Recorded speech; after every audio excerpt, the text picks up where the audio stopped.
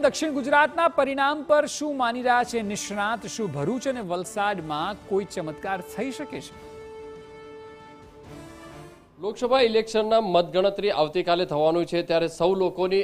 નજર છે તે મતગણતરી ઉપર છે, કારણ કે કઈ રીતનું પરિણામ આવી શકે છે। ત્યારે ગુજરાતની વાત કરીએ તો ગુજરાતની જે 26 બેઠકો ઉપર ઇલેક્શનના સમયે કઈ મહત્વની બેઠકો હતી, કઈ રીતે ચર્ચાસ્પદ બની હતી, કયા કયા મુદ્દાઓ હતા તે ઇલેક્શનની અંદર જોવા મળી રહ્યા હતા, કારણ કે ઇલેક્શનના જે પરિણામ આવતીકાલે જોવા મળશે અને તેની ઉપર સૌ લોકો છે તે નજર મંડાઈ રહ્યા છે। તો આપણી સાથે નિષ્ણાંત જે પત્રકાર છે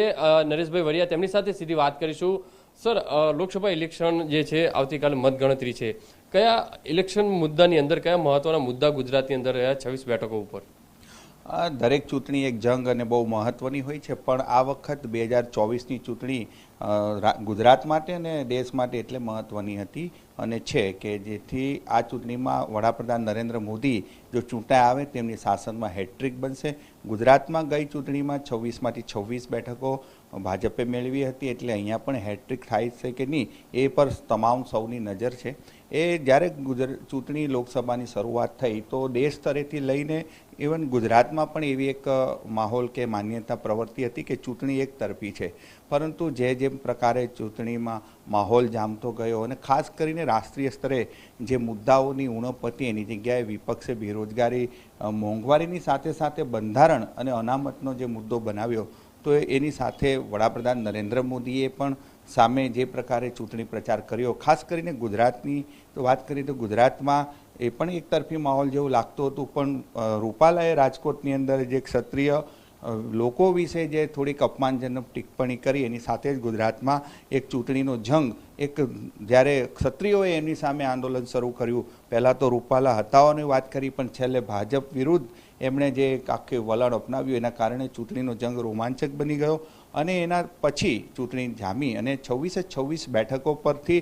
ઘણી બેઠકો એવી છે કે સુરતમાં તો બિનહરીફ થઈ હતી, પરંતુ બાકીની 25 બેઠકો પર જ્યાં દરબારનું મહત્ત્વ હતું અને 10 વર્ષની જે એન્ટી ઇન્કમ્બન્સી છે એ તમામ ફેક્ટરો ખૂબ મહત્ત્વના રહ્યા। અને બીજું કે આ વખતે ચૂંટણીમાં કોઈ લહેર નહોતી। 2014ની વાત હતી કે 2019માં રાષ્ટ્રવાદની લહેર હતી, પણ આ વખતે એવી કોઈ લહેરની વાત નહોતી, પરંતુ વડાપ્રધાન નરેન્દ્ર મોદી ગુજરાતના છે, અમિત શાહ ગુજરાતના છે અને ભારતનું અત્યારે સૌથી સક્ષમ અને મજબૂત નેતૃત્વ એમની પાસે છે, તો એને પણ મુદ્દાની નરેન્દ્ર મોદીની નામે જ ચૂંટણી લડવામાં આવી હતી, તો એ ખૂબ મહત્ત્વનું હતું। અને ખાસ કરીને બેઠકોની જો વાત કરીએ તો જે પ્રકારે ભારતીય જનતા પાર્ટીમાં પહેલી વખત એવું થયું કે ઉમેદવારો જાહેર થયા અને પછી ઉમેદવારો બદલવા પડ્યા, વડોદરામાં ઉમેદવાર બદલવા પડ્યા, સાબરકાંઠામાં ઉમેદવારની પસંદગી બદલવી પડી, તો એના કારણે કોંગ્રેસમાં પણ થોડુંક જોમ આવ્યું કે ભારતીય જનતા પાર્ટીમાં આવું બધું ચાલી રહ્યું છે। સર,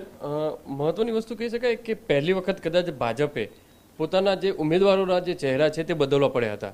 તે પણ એક ચર્ચાનો વિષય બન્યો હતો। આ ભારતીય જનતા પાર્ટી ખૂબ જ અભ્યાસપૂર્વક અને એવું કહેવાય છે કે વર્ષના 365 દિવસ ચૂંટણી મોડમાં હોય છે, એક કોર્પોરેટ